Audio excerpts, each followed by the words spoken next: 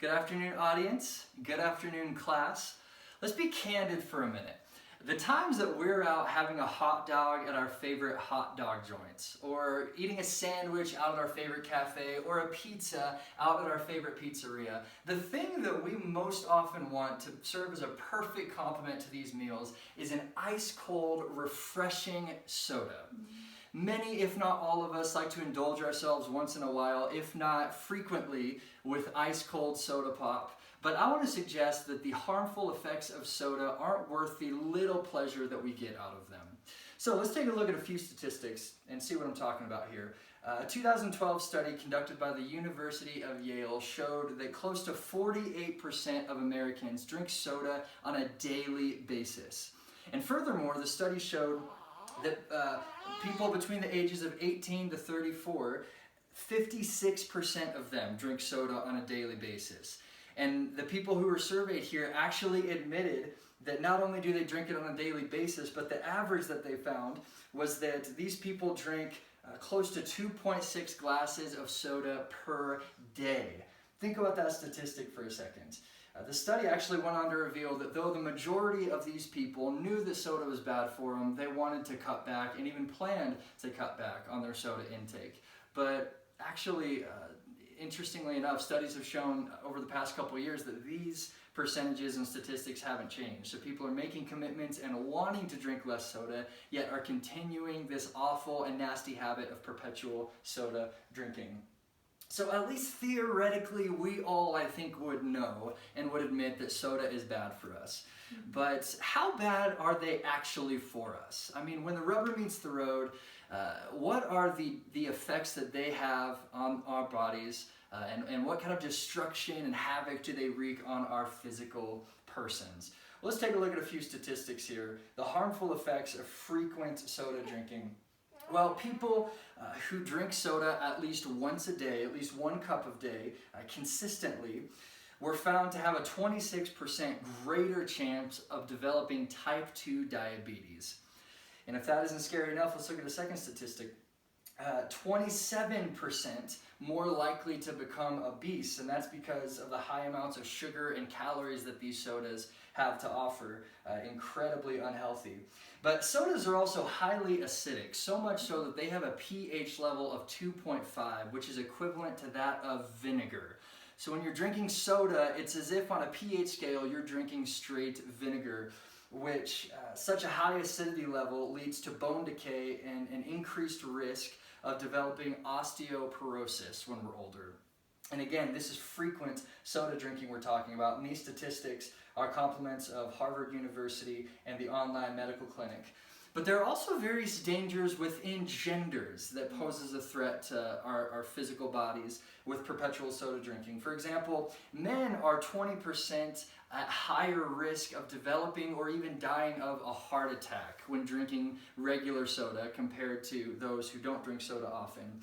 And with women, this is a shocking statistic, they have an astounding 75% higher risk of developing gout compared to those who don't drink soda on a regular basis. And if this wasn't enough, a 2015 study conducted by the Center for Disease Control and Prevention revealed that Coca-Cola, when stimulating the brain, it has the same effect and addictive substance on the brain as that of heroin. That is, the way that it stimulates and the way that it causes pleasure and stimulates our amygdala in our brain, it has the same effect as that of heroin. Of course, it doesn't get us high, but it releases those endorphins that make it possible for us to be stimulated and have pleasure as we're drinking Coke. And so, all this to say, not only is soda and Coke and the like extremely addictive, but it also wreaks havoc and is incredibly unhealthy for our physical bodies.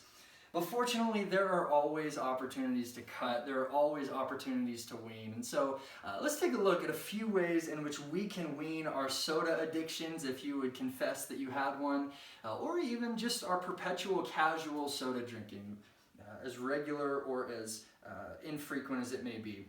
Here's a way to wean. Cut slowly. Consider time your ally. Don't feel the pressure to go into 2018 and make this New Year's resolution, I'm never going to drink soda again. Never, ever, ever. Okay, that's probably a bit impractical. Instead, go in and think, I'm going to cut, if you drank once a day, try and cut to every other day.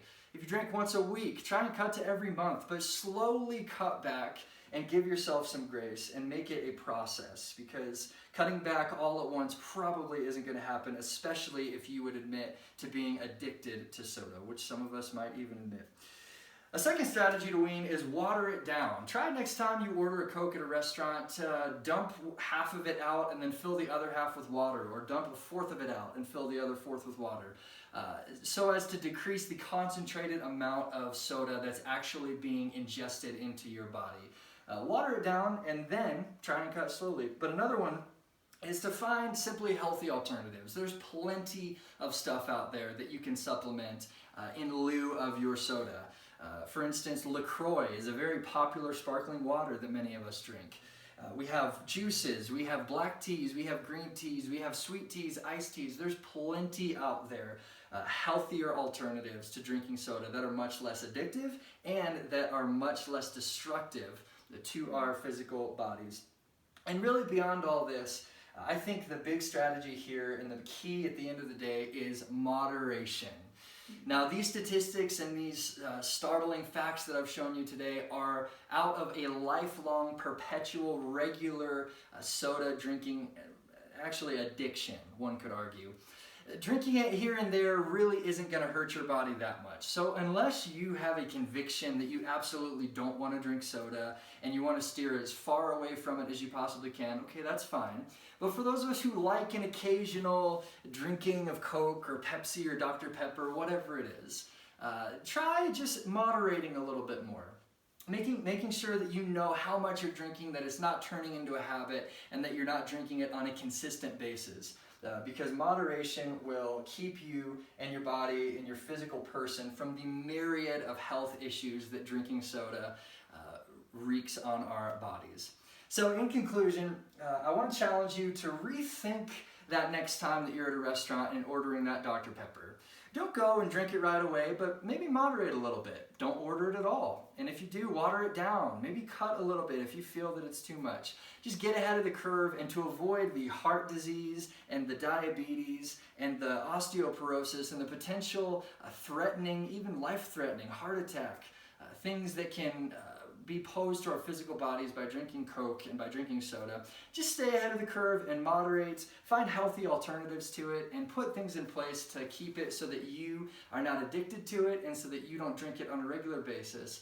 So I want to urge you, cut the Coke, can the Coke, and I urge you to cut back and steer clear from addictions to soda and perpetual drinking of soda. Your body will thank you for it, and you will be happier for it in the long run. Thank you.